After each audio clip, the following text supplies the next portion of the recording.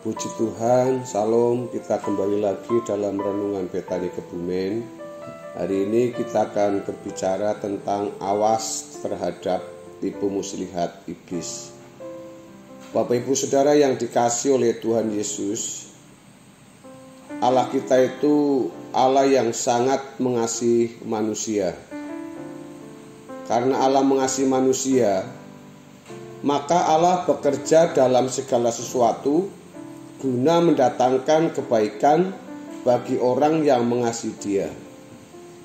Kata kebaikan di sini adalah menjadi serupa dengan Yesus. Kasih Allah diwujudkan dalam tindakannya, mengkondisikan orang percaya mengalami berbagai pergumulan. Memang hal ini sukar dimengerti, tapi inilah fakta yang dialami setiap orang yang mengasihi Dia. Di dalam Roma 8 ayat 28, Paulus mengatakan, kita tahu sekarang bahwa Allah turut bekerja dalam segala sesuatu untuk mendatangkan kebaikan bagi mereka yang mengasihi Dia, yaitu bagi mereka yang terpanggil sesuai dengan rencana Allah. Saudara-saudara yang dikasihi oleh Tuhan Yesus, tindakan Allah tidak mudah dipahami. Tetapi kalau kita percaya dan belajar mengerti, kita akan memahami maksud-maksud Allah yang sangat cerdas dan bijaksana melalui segala pergumulan yang kita alami. Ternyata keadaan-keadaan yang sulit yang dialami orang percaya dimaksudkan untuk mendewasakan.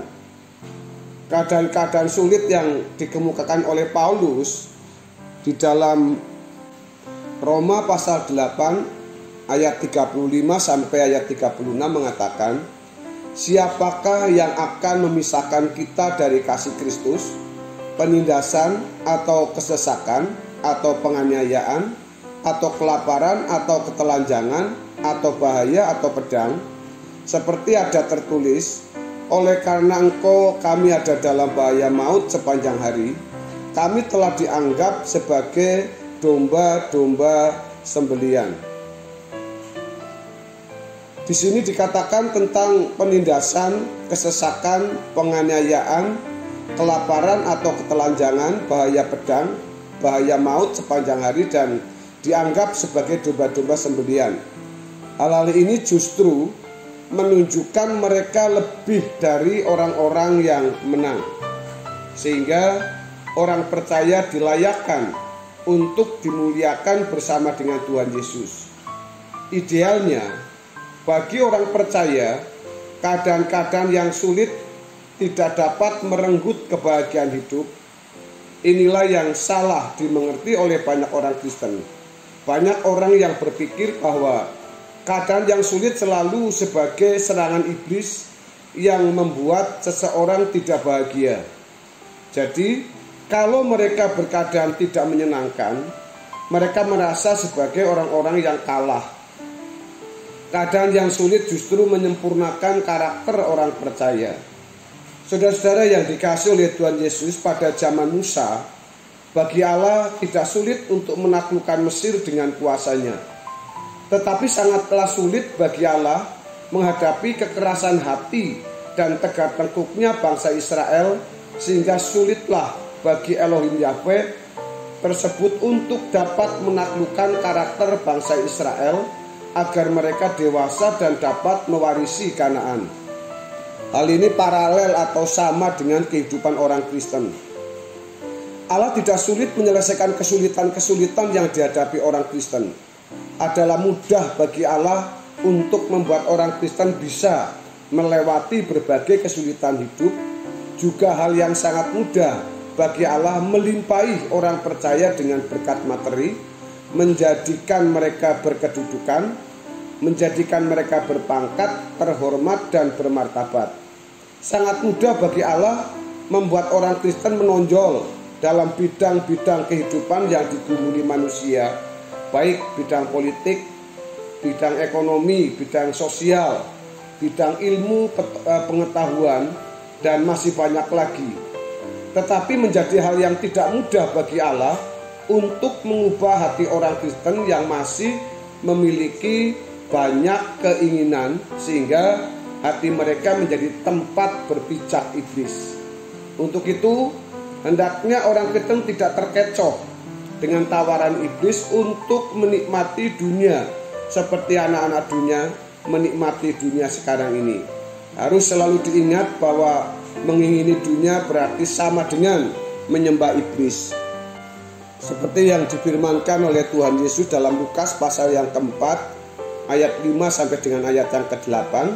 Kemudian ia membawa Yesus ke suatu tempat yang tinggi dan dalam sekejap mata ia memperlihatkan kepadanya semua kerajaan dunia. Kata iblis kepadanya, segala kuasa itu serta kemuliaannya akan kuberikan kepadamu, sebab semua itu telah diserahkan kepadaku dan aku memberikannya kepada siapa saja yang kukehendaki. Jadi, jikalau engkau menyembah aku, seluruhnya itu akan menjadi milikmu. Tetapi Yesus berkata kepadanya, yaitu kepada iblis, ada tertulis, engkau harus menyembah Tuhan Allahmu dan hanya kepada Dia sajalah engkau berbakti. Saudara-saudara yang dikasihi oleh Tuhan Yesus Kristus, kalau orang percaya di gereja mula-mula atau gereja perdana pada abad mula-mula dimurnikan melalui penganiayaan, tetapi orang percaya di zaman sekarang ini harus dengan tekad dan komitmen yang bulat meninggalkan percintaan dunia. Di dalam Lukas pasal 4 ayat yang ke-6 tertulis bagaimana Yesus tidak membantah ketika iblis menyatakan bahwa ia memiliki kekuasaan atas materi yaitu dunia. Iblis menyatakan bahwa dirinya dapat memberikan kekayaan kepada siapa saja yang dikehendakinya. Jadi, kekayaan dunia ini dapat menjadi umpan yang sangat baik dan menyenangkan untuk menjerat manusia agar tidak mengikuti jalan Tuhan. Cara inilah yang dipakai oleh iblis untuk mencoba menjerat Yesus. Iblis berusaha membeli orang Kristen dan menyita imannya dengan menggunakan harta dunia ini. Dari hal ini, iman sejati orang Kristen pun dirusak. Hal inilah yang tidak dipahami oleh banyak orang Kristen, bahkan para hamba Tuhan, para pendeta. Banyak yang orang Kristen telah terlalu jauh menolerir praktik hidup yang sebenarnya sangat duniawi menurut kebenaran Alkitab. Bahkan banyak kegiatan-kegiatan pelayanan rohani atau kegiatan gereja yang ternyata digerakkan oleh gairah duniawi dengan banyak motivasi yang tidak sesuai dengan pikiran dan perasaan Kristus. Saudaraku, semua kegiatan tersebut walau bungkusnya pelayanan, tetapi di dalamnya tidak ditujukan bagi kemuliaan Allah. Dengan kondisi seperti ini, banyak orang Kristen dalam belenggu iblis. Orang-orang yang menyadari kebenaran di atas tidak akan berduka tatkala ia tidak memiliki kekayaan seperti manusia lain. Sebab ia mengerti dan menghayati bahwa harta orang percaya bukanlah materi di bumi ini, melainkan kemuliaan bersama dengan Tuhan Yesus di langit baru dan bumi yang baru. Seperti Yesus tegas menolak bujukan iblis untuk menyembah kepadanya demi memperoleh kekayaan dunia ini. Kita juga harus bersikap sama seperti Yesus, harus tegas menolak tawaran iming-iming dunia ini demi kekayaan, saudara. Kehidupan Yesus merupakan teladan yang harus kita ikuti. Kalau kita sungguh-sungguh bersikap seperti Yesus, kita dapat menjadi anak-anak Allah yang berkenan kepadanya. Kita akan dapat semakin memahami kebenaran-kebenaran rahasia kerajaan Allah. Kedewasaan untuk serupa dengan Yesus pun dapat bertumbuh dengan baik. Di tengah-tengah suasana dunia yang sangat materialistis ini, saudara, kita harus tetap berpegang teguh kepada kebenaran Allah. Jadi Bapak Ibu yang dikasihi oleh Tuhan Yesus, awas dan berjaga-jagalah terhadap tipu muslihat iblis yang berusaha untuk menjerumuskan kita yang tidak sungguh-sungguh hidup dalam takut akan Tuhan, hidup dalam kebenaran firman Tuhan. Bapak Ibu Saudara, kiranya kebenaran firman Tuhan hari ini menguatkan kita, mendewasakan kita dalam pengiringan kita kepada Tuhan Yesus Kristus.